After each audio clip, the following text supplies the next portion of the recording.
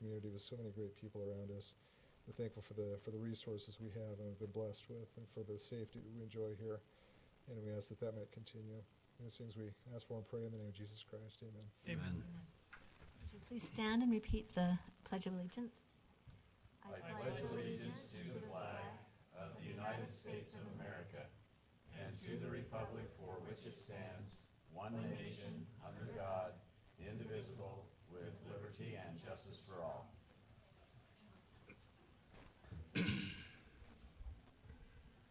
Okay, we need a motion to approve the meeting's agenda as posted. I'll make a motion to approve the agenda as written. Okay, we have a motion. Second. Those in favor say aye. Aye. Great. Okay, we appreciate those who are here from citizens, and I have two that want to make a public comment. So if there are others in the audience who would like to make a public comment. Okay, great. We'd also like to welcome those who are here for school or for Scouts. So you're here for school, is that right? Wonderful, great. We appreciate you being here. It's awful nice. And I invite you, if you want to, you can bring a chair and come sit right up here with us. Would you want to do something like that? Okay. Well, what I was hoping is you'd take my chair and I'd sit back down where you're at. Okay, that's great. Well, thank you so much. Okay. If you want to make public comment, just get with Kim. She'll allow you to fill out a little form. So we have two items. Pam Tuft, if you want to come and identify yourself and then where you live, your address, even though I know. And you can, but we just do it one at a time if that's okay. And then we just kind of keep it to 3 to 4 minutes. So, and there's no conversation or any action that we can take on your comments, but we just are grateful that you're here. So Grateful to be here. Thank you. There's at the top of Canyon Road in 1700 East, there's a little alcove of 3 benches, and then there's a big, probably this high of bushes all around it. And when they built that, I remember I'd be out running or walking, and I would think, that looks like Rape Alley. That is not a safe place. Anyway, and I coined that just in my own little head. I talked about it through the years. Like, well, Rape Alley, people know where that is. And it just doesn't seem safe.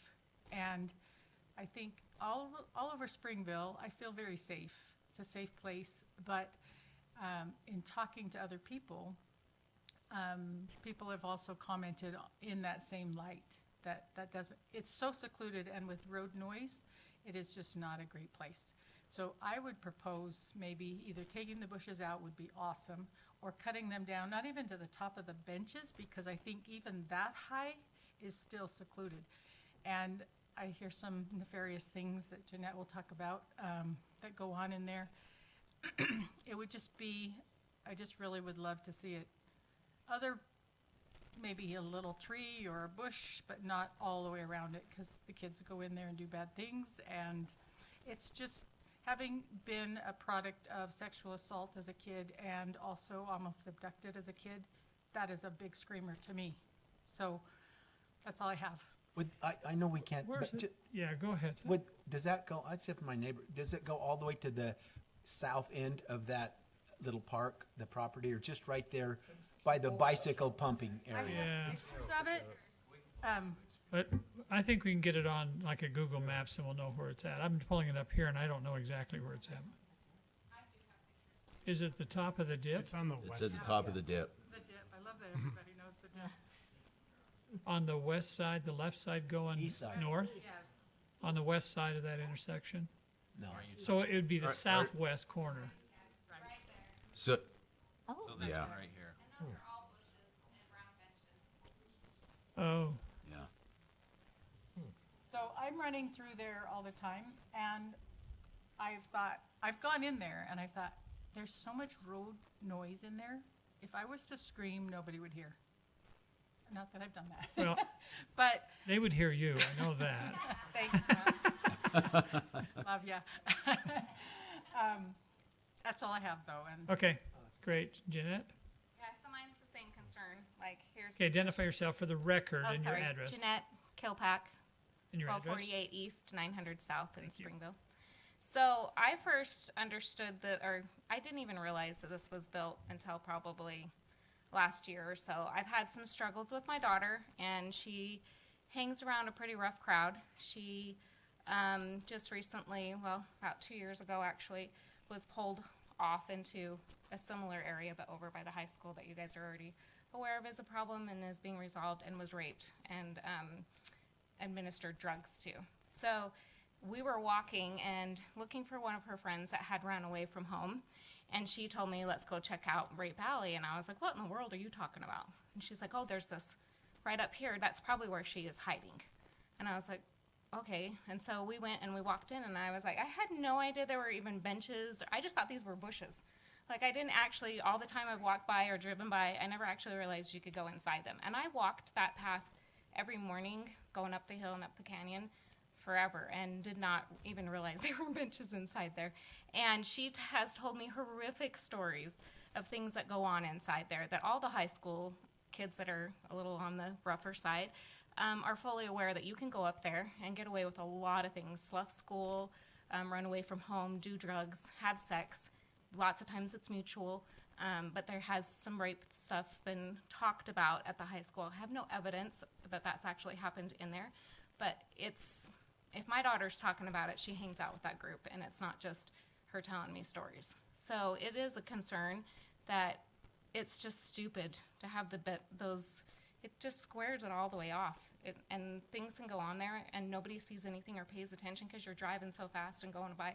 Nobody realizes it. And we went in there, and her friend wasn't hiding in there, but it was an eye-opener to me. I had absolutely no idea. When she talked about, let's go up to the little park where she might be hiding, I was thinking it was the one off to the other side where there isn't a bunch of benches, because that was the park that I actually knew was there, not this little bench thing. And I would highly recommend actually just removing those bushes, because me being a plant person, I know how high they actually are supposed to get. And if you continually just cut them down to where it's a safety level, they will just die and look stupid, because they're meant to be taller. And so they won't be happy. They will look ugly for the city. So my suggestion would be to remove them and put plants that are supposed to be smaller, or just nothing at all. But it is a safety concern, and all of the naughty kids at school do know all about it. So if you hang out with the right crowds, they'll tell you the same thing. I wouldn't suggest hanging out with that crowd, though. Would it help the aesthetic if you took off just the two sides and left the back? I mean, I don't know how it looked. It's funny because I didn't realize this was there. I drive by it all Right? the time. Yeah, I had no idea until my daughter was pointing it out, and then I walked inside of it and sat down on that bench, which I would highly suggest you guys all go do, and you would be amazed at how hidden Secluded you it are is. and what you could get away with there. So even if they're on the ground, that's why I'm saying you can't just take those bushes down to the top of the bench, because they're on the ground. They're not doing stuff on the bench. And it doesn't work to just chop the bushes down. On the backside, I guess you could keep them, but like I said, you're going to kill them. They're meant to be taller. You guys planted the wrong bushes, sorry. Okay, They're meant to be tall. We did that. Yeah. Well, whoever did the landscaping of the city picked the wrong bushes. You probably should have done some potinella or something. But anyway, thank you. This has been very helpful to us, and I'm kind of with Jason. I've driven by there a bazillion times and never noticed it, so great. Well, I'm sure that Stacy's going to be looking at this. She's over Parks and be very familiar with it. So do you know Stacy Child? Sure you do. She's just down the street from you, so. Okay, sounds good. Well, you have their information on record, and so if you need to contact either of them, get a hold of them or me. I know where they live, so. Okay, thank you for coming. Appreciate that. Now, for the young man who's doing the student work, that's a great example of us not being aware of something and concerned citizens coming in and addressing it to us and helping us be able to see something that we just didn't see, and being able to take quick and appropriate action to kind of help with the safety, because that's kind of our overall responsibility. So that's a really good example for you, okay? Okay, great. All right, well, let's move in. I have one item on the consent agenda. Any questions on the consent agenda? Okay, I'll entertain a motion for approval of the consent agenda. I'll motion to approve the consent agenda. Okay, I have a motion and a second. I'll second. Okay, it's a roll call vote. Mr. Sorensen? Yes. Mike? Yes. Liz? Yes. Jason, Yes. and I forgot to excuse Craig Jensen, who is floating on a boat somewhere. Okay, great. Mr. Bruce, you're up.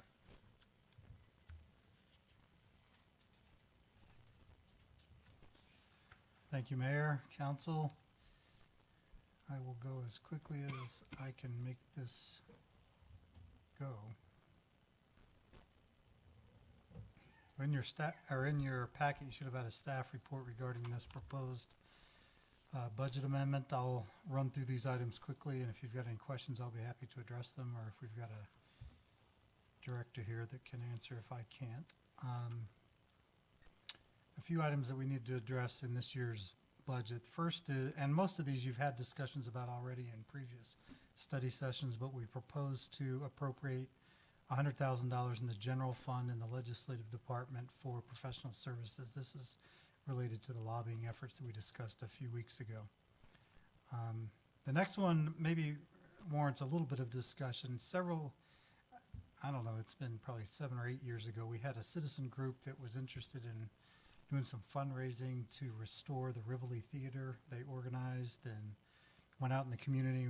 We're able to raise some funds, about $15,000 worth, which was short of their goal and not enough to really make any meaningful upgrades to the Rivoli Theater. That money has sat in a separate capital improvement fund, unspent for 7 or 8 years.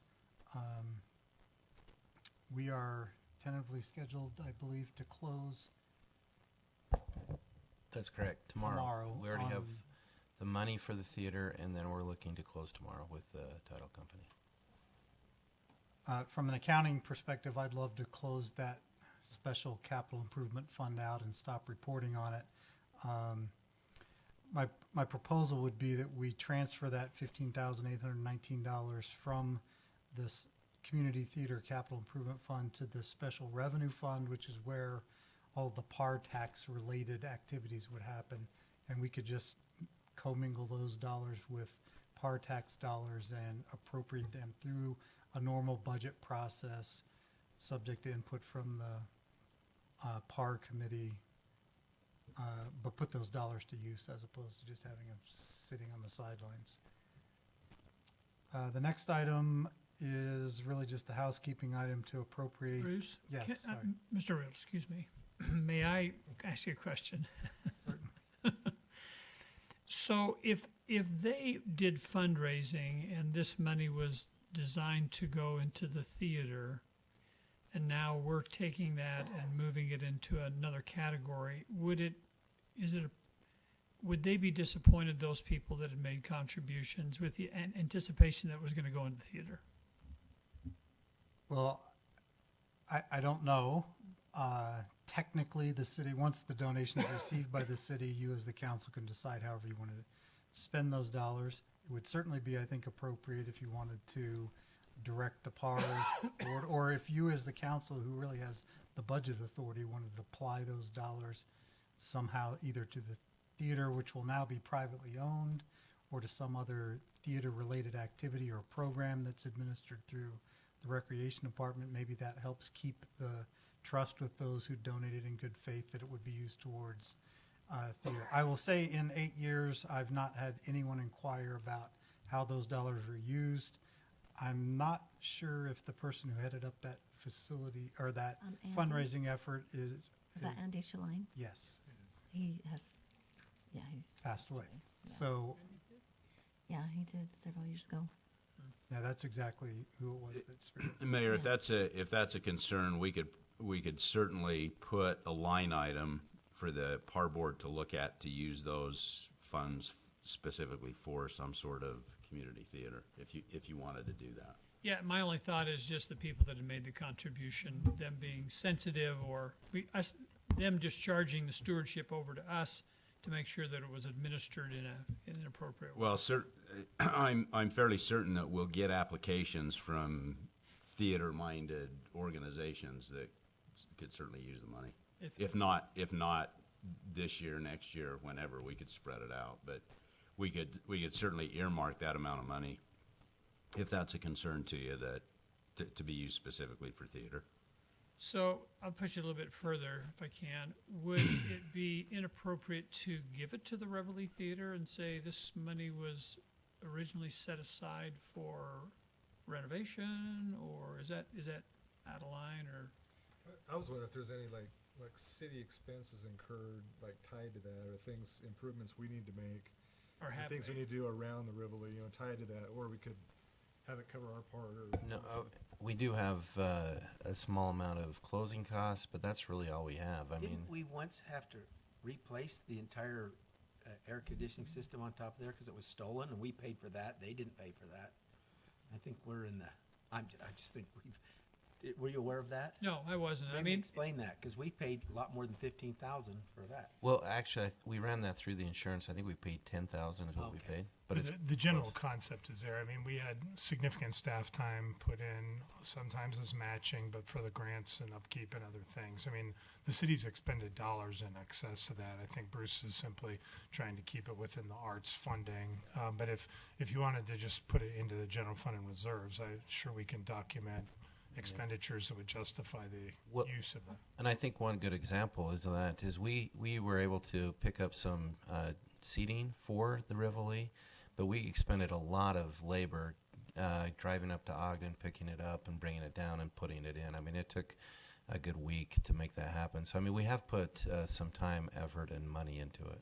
and if that's, I mean, I'm very comfortable if we have offsetting costs that we've done through the years and whatnot. So I'm totally okay with that. Okay, well, can I just say that I'm glad that you brought that up, because I feel that I don't know if I actually feel that we should give it to the Reveille or earmark it for them to use, because I know how hard people work, and when people donate to something, that's what they want their money to go to.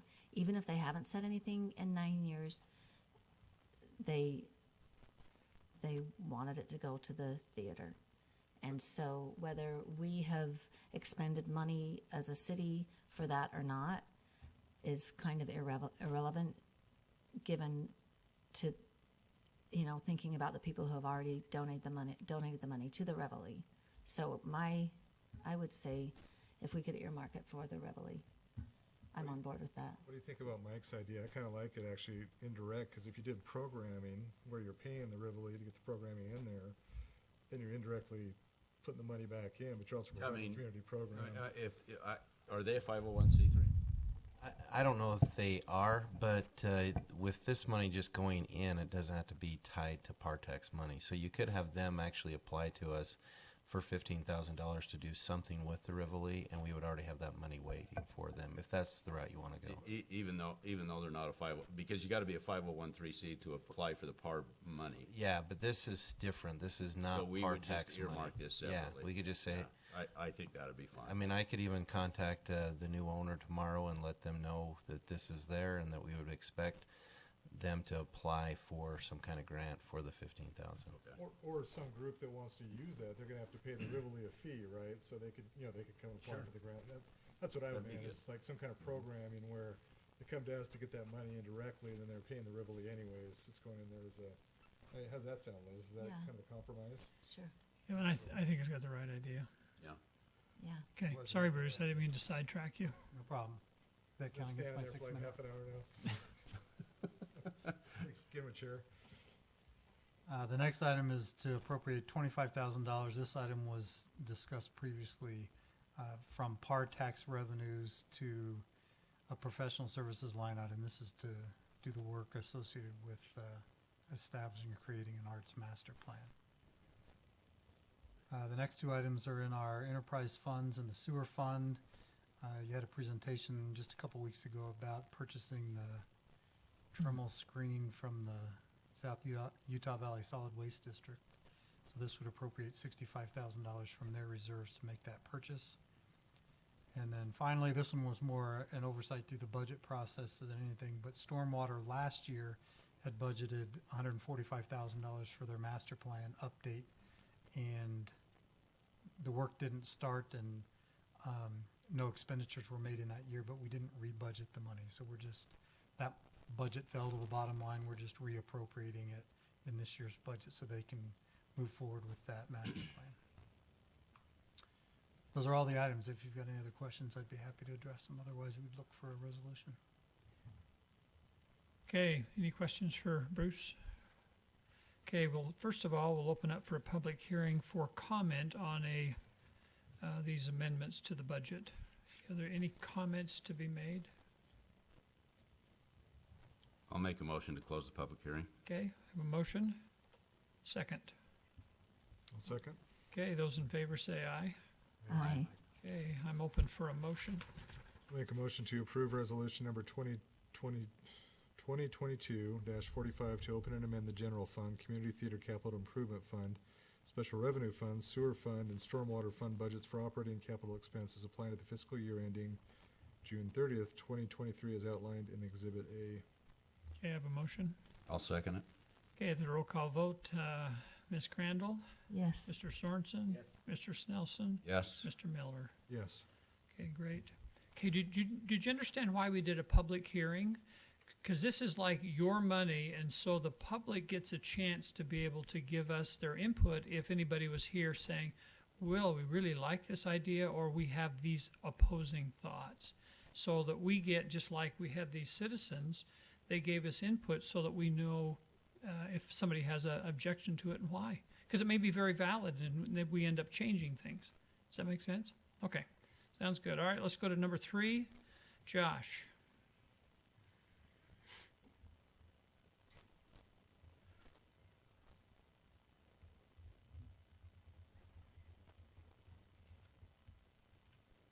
Mayor, council members, thank you. Let me navigate back to our spot. This is a very simple item.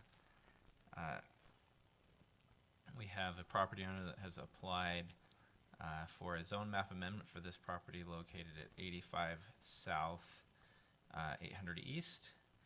It's a 13,000 square foot plus parcel in the R2 zone. And the aim that this owner has for this property is she would like to subdivide it into 2 parcels and build a house on this eastern portion of the parcel, build a separate house. Right now in the R2, she could build a twin home or a duplex with a 10,000 square foot lot. So she has enough room to build a twin home or a duplex, but she doesn't want to do that. She wants to build 2 single family homes, and so she's applied to change the zone map designation of this parcel from R2 to R15, which is the single family residential zone with a minimum lot size of 5,000 square feet, which with this 13,000 square feet would allow her to essentially split the lot roughly in half and to build another home on this eastern portion of the property. It comes to you with an unanimous recommendation for approval from Planning Commission, and is, for context, is the zone that's broadly applied throughout Plat A. So that's simply what I have for you. I'll take any questions. No, but this is one of the ones that I always think it's an improvement of what's there, and Yeah. it makes sense. It'll help the neighborhood a little bit, I think. I think it's always great to have a new, modest home in a existing neighborhood where there's nice amenities. Have any of the neighbors provided any input on this at all? Or? Yeah, I was just wondering if they put a second house there, what about B25 right to the, I guess, east? Yeah, or 825, I'm sorry. So if the house is there, I'm just wondering what kind of setbacks it's facing. It'd be the same setbacks as if this house faced to the south. Right now it doesn't, so this would probably be a rear setback.